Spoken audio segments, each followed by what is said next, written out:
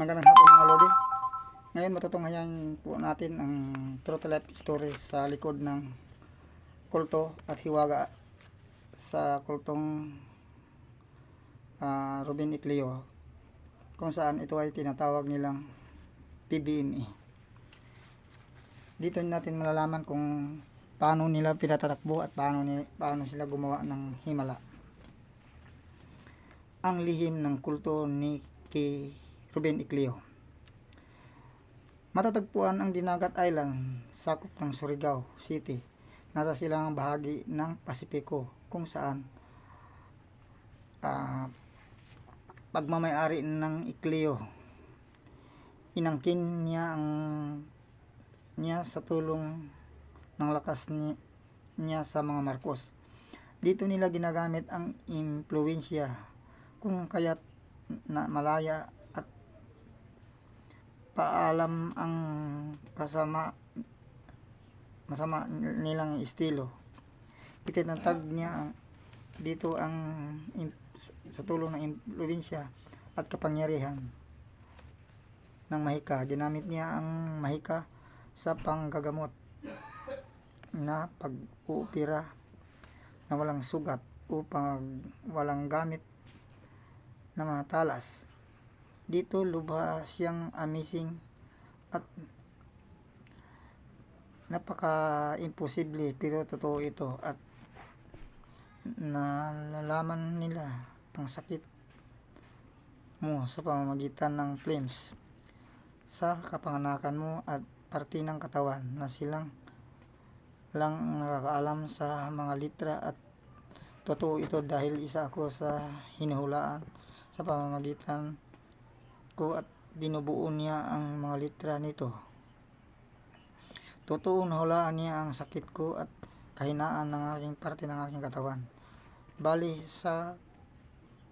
nakadrawing itong purma tao na puro mga litra na anyong tao.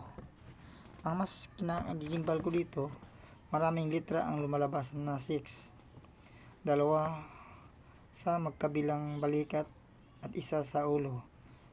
Dahil noon di ko alam ang kahulugan dito, ibinawalang bahala ko noon. Kailan ko ang nalaman to, di yun nagtaglay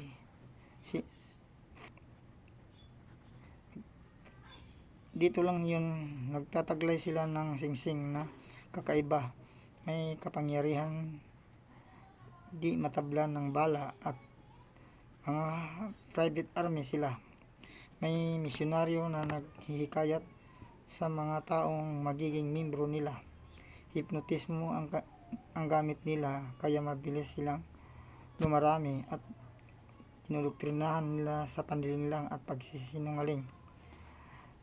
Kapag nakitaan nila na kumbinsido na ito, i-approach nila ang mga salitang daya.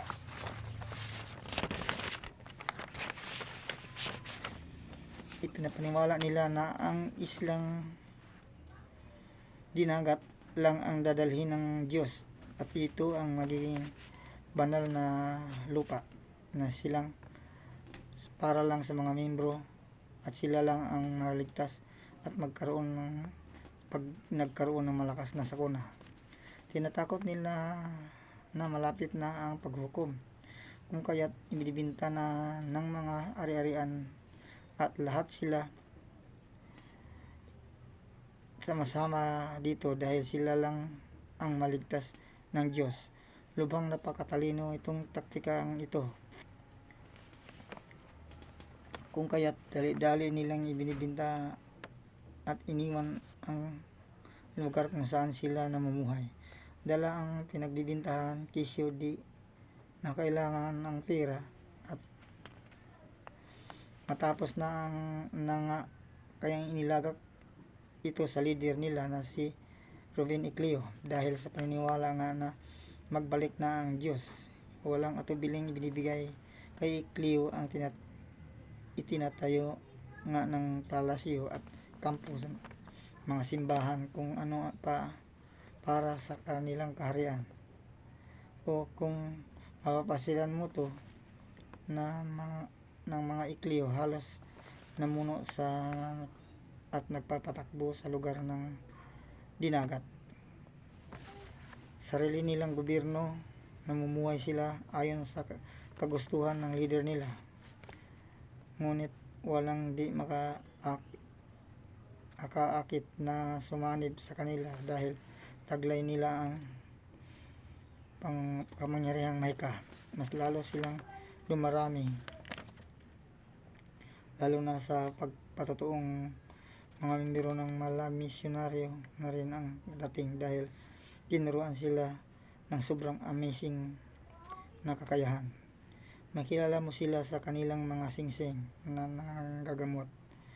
Babae man o lalaki ay marehong marunong manggamot. Sila din ay masipag samba sa kangalan ng kanilang Diyos na si Ruben Iclio, kung saan sugo ng Diyos at may taglay nga kapangyarihan. Hindi pa rin natatapos ang kulto nila, patuloy pa rin maski patay na ang dakilang nilang leader o Diyos, na kung titingnan mo daw ang bangkay nito ay buo at di naagnas at nakalutang na parang animoy na tutulog lang, sabi nung membro kung nakakausap at nakakasama sa paglalaot noon. At kamuntik na nga di nga akong sumanib dito dahil kumbinsido naman talaga ako na kung bakit nahulaan nga ang sakit ko at ang parte ng katawan kong mahina. Kahit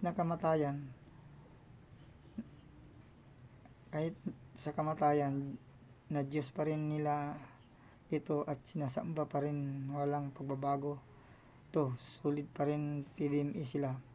Mapapilitan ito ng anak na junior na lumulutang. Di nagtagal ang pagka-demonyo, pinamahalaan niya ang kanyang mga membro at siya ang supreme leader uli nila. Masyadong diktador at mamamatay tao, nahulog sa droga, kaya madali lang ang pumatay dito.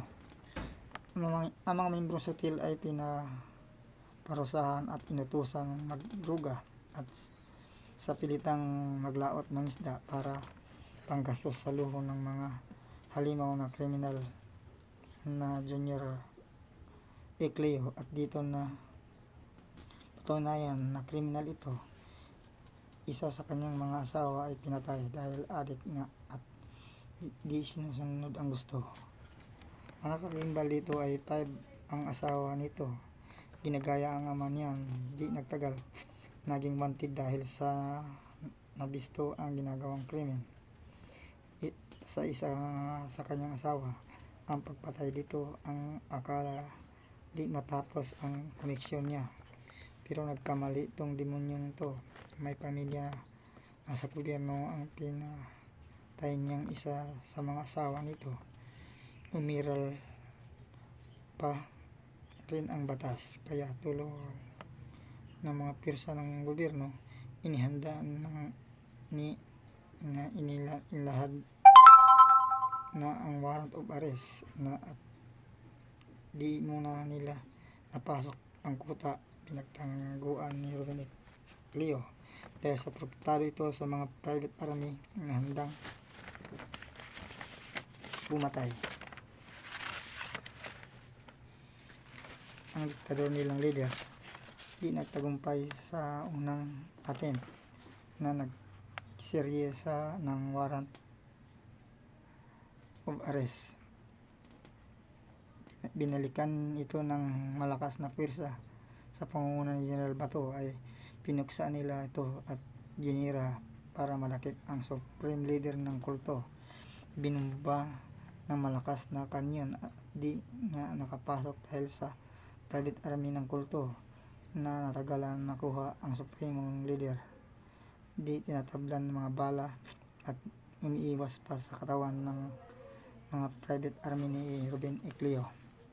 Pinalunan ng sobrang lakas ng 105 na bomba na kinadudurog ng buto at sa ilang mga mata, tainga at lumalabas ang dugo.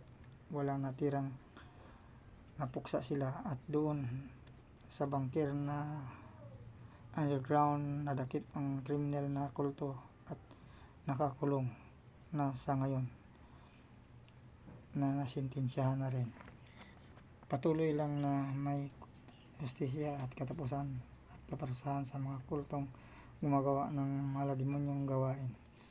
Napalitan man ito ulit, si Senyor Aguila na bisto na rin ang kasamaan ng kulto na nagtapapi at naglilihim lang sa mga mahinang mamamayan.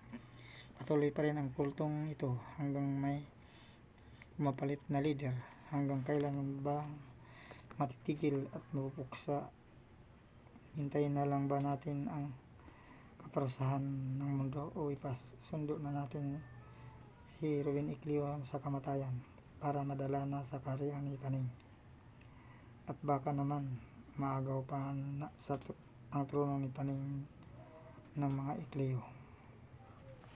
At kung nagugustuhan niyo ang amazing story ko mga lodi, please like, follow, comment, and subscribe sa aking Facebook page. Sa mga power, and maraming salamat mga lords. Thank you.